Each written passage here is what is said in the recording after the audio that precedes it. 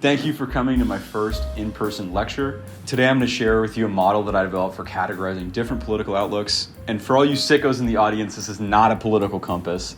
You guys know what the political compass is. It graphs political tendencies on an XY quadrant sort of thing. It's supposed to help you map out your beliefs and sort of categorize it in terms of like what other people believe, right? So it's supposed to be useful, but I've found that it's actually essentially like drills everything down to this like niche micro ideologies and makes it impossible to actually build coalitions, which is kind of like the opposite of my political project. So that's what led me to develop my own conceptual framework for thinking about different political distinctions. This model takes into account factors that the standard political compass leaves out.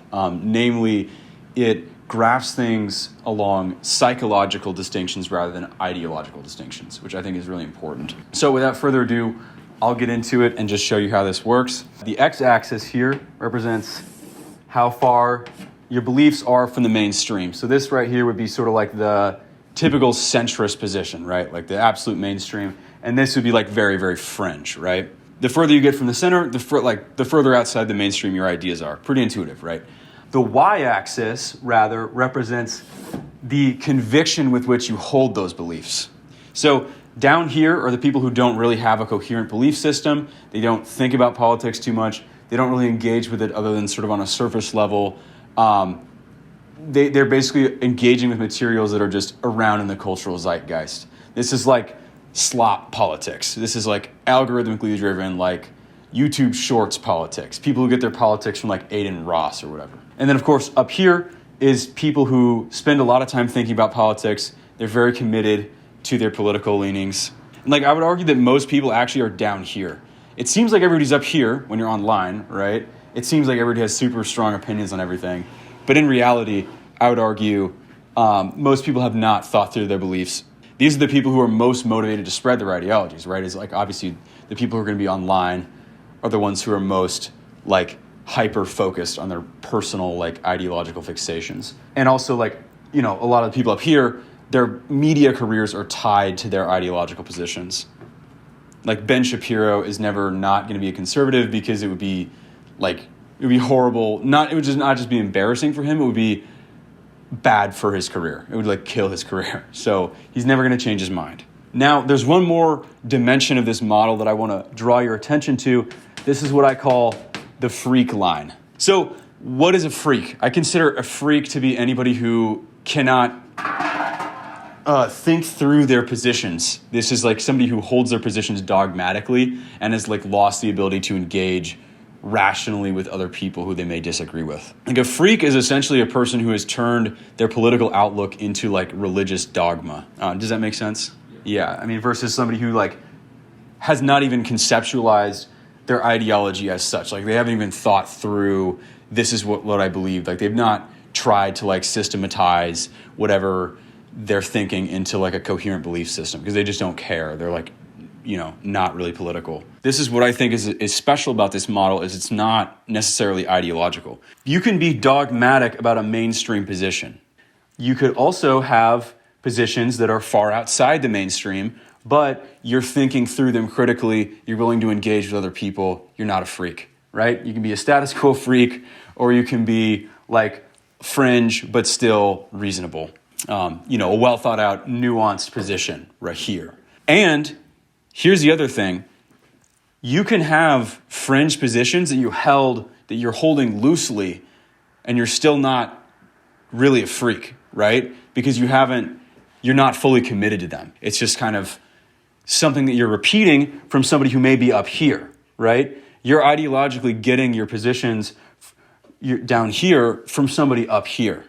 So I think that's an important distinction to make. Not everybody is actually committed in the same way as everybody else. So like if you're watching this channel, you're probably somewhat up here. Hopefully you're not all the way up in this territory, but you are sort of across this line. This is, I guess I would call this like the consciousness line. This is where you're like self-consciously ideological. You're thinking about your beliefs systemically. You're probably somewhere up here. But it would be a mistake to think that everybody is as committed to their beliefs as you are. You might meet somebody who's down here, and even though they agree with you, they don't hold their beliefs with the same specificity that you do. So like, what's the implications of this model? I'm not telling you to like give up your convictions. I'm not telling you to like go down here and sort of stop thinking about politics like, oh, it's not that deep, bro. Because it is that deep. We need people who are going to be able to think through things, right? We need people who are going to try and solve problems. If we are going to meet the challenges of the 21st century head on, we need a lot of people who are up here, who are thinking about things thoroughly and who care. So I'm not against ideology as such. I'm against dogmatism. And I think dogmatism is the enemy that must be avoided. Because when you become a freak, right, when you accept your beliefs unquestioningly, when it turns into sort of like a religious faith for you, that makes you unable to engage with the world pragmatically. It prevents you from looking at the world as it is. And it causes you to basically purity test out anybody who doesn't agree with you 100%, right? The further you are up here, the less you can tolerate people who are to either sides you, right? So if you're here, it's hard for you to tolerate anybody who's outside you. Whereas if you have a more nuanced approach, you can kind of work with people who are in a broader spectrum. You can sort of start to form coalitions. You can figure out who agrees with you on what and who you can work with. You have a more nuanced way of like thinking through political stuff, right? This is kind of a common thing on the left. Anybody who is to the left of me is a tanky. Anybody who is to the right of me is a liberal. You've lost the ability to have any sort of nuanced conversation, and you're going to create disagreements even when there are none. This is what freaks do, because it's not a political commitment, it's a pathology. The more of a freak you are, the harder it is to distinguish where people are on the x-axis as well. So you might see somebody who holds extreme beliefs, but they're not actually like that committed to it. They just kind of like saw some stuff from like Alex Jones or whatever, and they were like, oh, that's funny, right? This is a lot of people. This is millions of people. But if you're up here, you assume that everybody holds it with the same level that you do. So you attack this person as an enemy, and you end up alienating people that you could potentially win over or work with. And that's a bad thing, I think.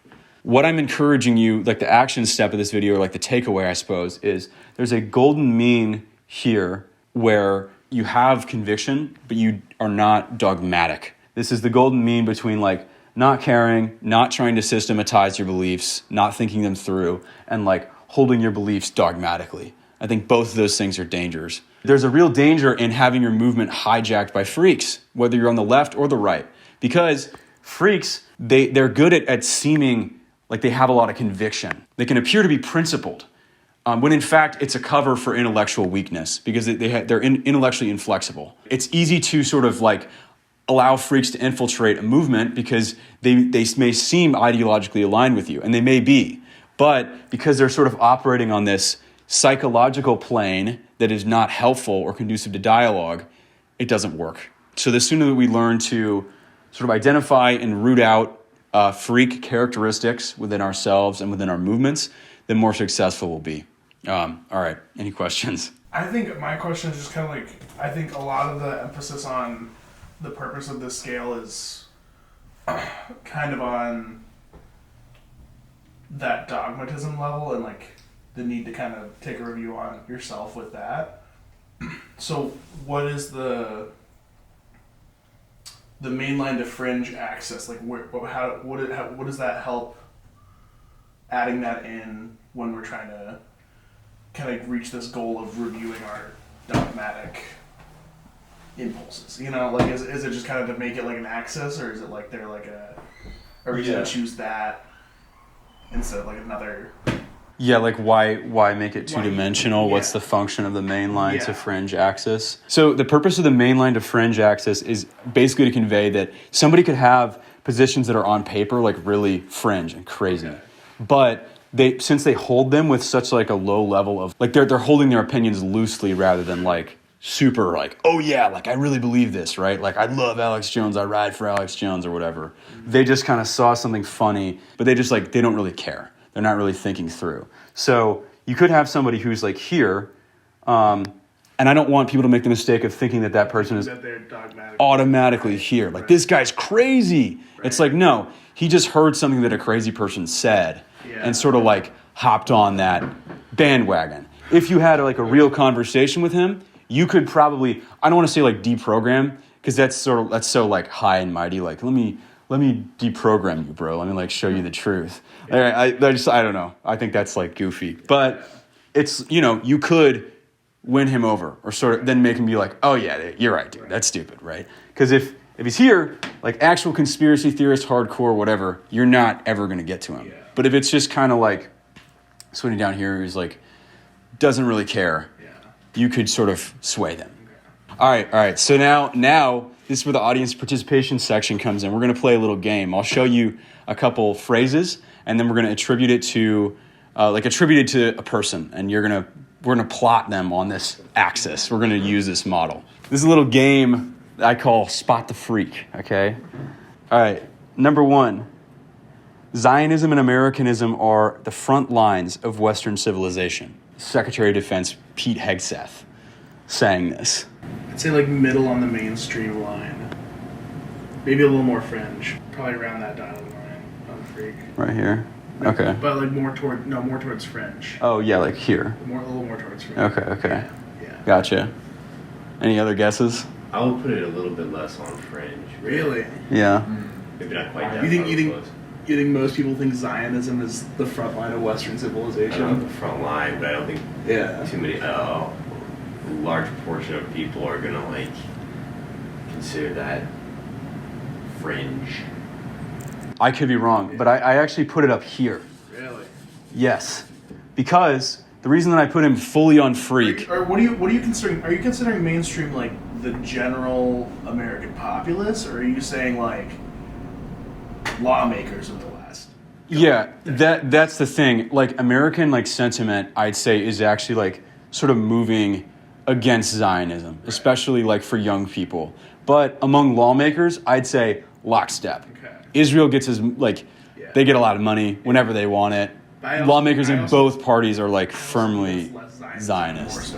Yeah, there's so a big that we difference have between being a military, Zionist you and know. thinking that Zionism is like a pinnacle of Western thought. Yeah, I think defending Zionism as an ideology is a lot different.